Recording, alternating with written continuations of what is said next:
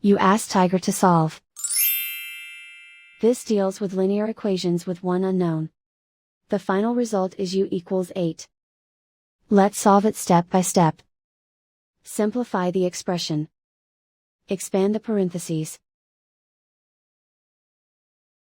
Simplify the arithmetic. Group all u terms on the left side of the equation. Subtract 9u from both sides. Group like terms. Simplify the arithmetic. Group like terms. Simplify the arithmetic. Group all constants on the right side of the equation. Subtract 15 from both sides. Simplify the arithmetic.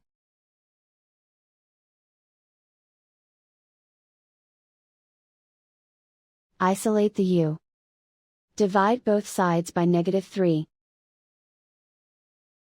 Cancel out the negatives. Simplify the fraction. Cancel out the negatives.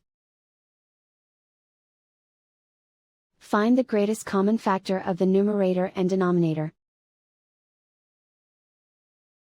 Factor out and cancel the greatest common factor. And so the final result is u=8.